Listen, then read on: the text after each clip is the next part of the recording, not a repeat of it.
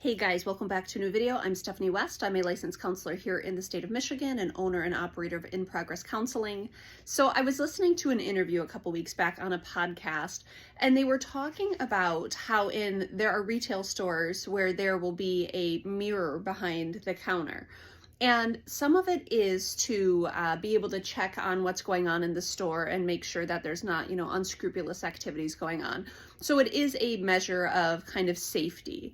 But the second reason why a lot of stores have engaged this, at least this is what the podcasters were hypothesizing, is because it's a powerful tool to discourage disgruntled behavior from customers if they have to look at themselves. So if someone walks up and wants to have a colossal meltdown on a clerk, they have to look at what they're doing.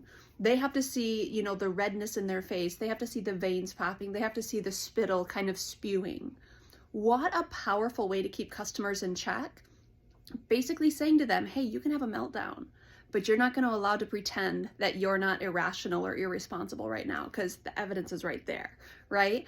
And I love that idea. Imagine how we might monitor our behaviors differently if we felt the importance of recognizing just what we're doing.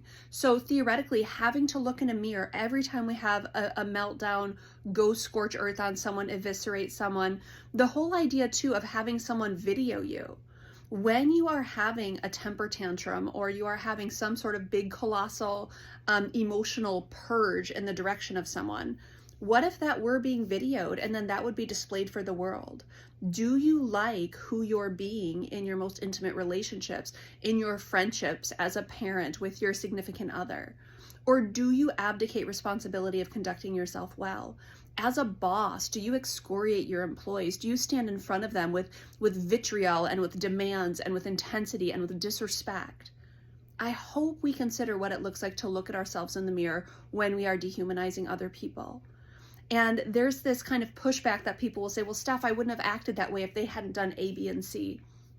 In the kindest way, that is rule number one in an abuser's playbook.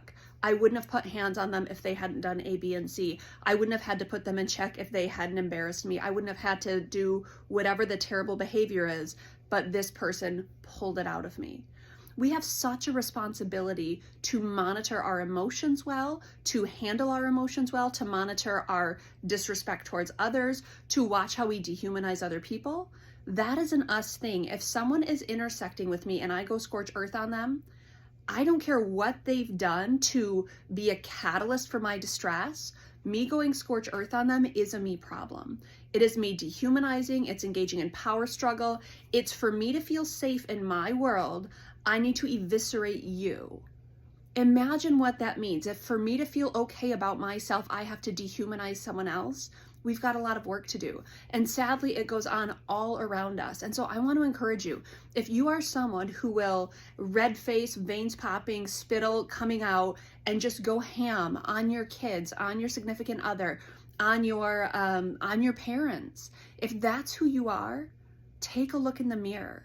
And I mean the proverbial mirror, but I also mean the one that could be kind of demonstrating to you just how abased you're actually being, and then start to do some work. Start to do some work on managing your thought patterns around people, practicing new behaviors, healthy behaviors, behaviors that you wouldn't be embarrassed about, and start holding yourself to a standard.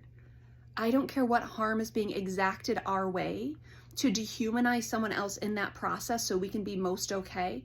That's a problem. It doesn't mean stay defenseless. It doesn't mean don't grow in skills to put parameters and boundaries around your life. Those are vital things to do. But if it's okay to be abased, to put others in check, or to feel better about who you are or where you're at, we've got some work to do.